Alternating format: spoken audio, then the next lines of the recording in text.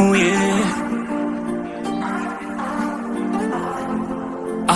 Diva boy tena. Oh na na na na na na na. Yeah. Oh no no no no no no no. Alichofanya huyu mpaka roho yake imependa, basi mwacheni. Nilimpa mtu Katesi.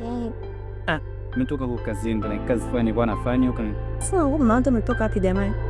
Alafu jana yake unapotoka, unaona wiki hapo sasa. Kama nilivyokuambia kuna mtu kama yupo huku naenda afu nawahi kurudi.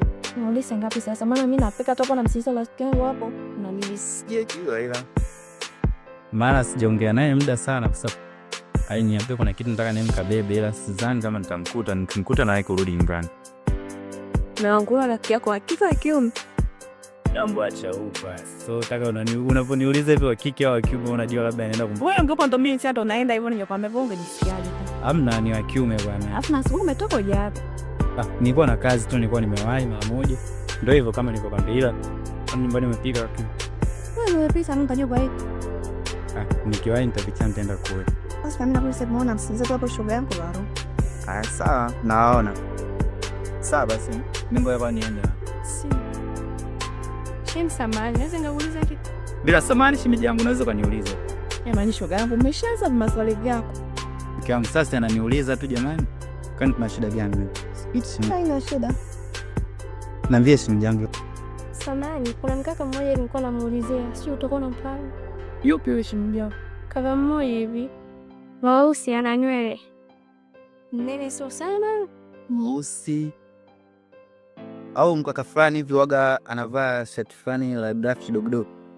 Ndio huyo. Kafanyaje tena? Hajafanya kitu ila alikuwa anashinda naye tu. Sawa, hamna shida. Nipe simu yako nikupe namba yake sasa.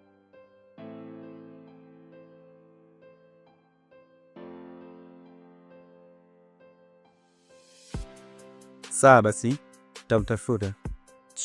Sasa mama. Baadaye.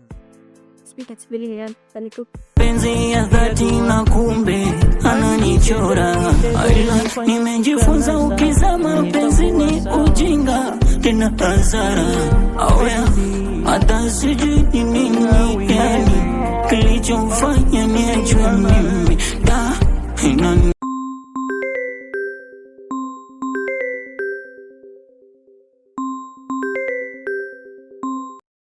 Halo?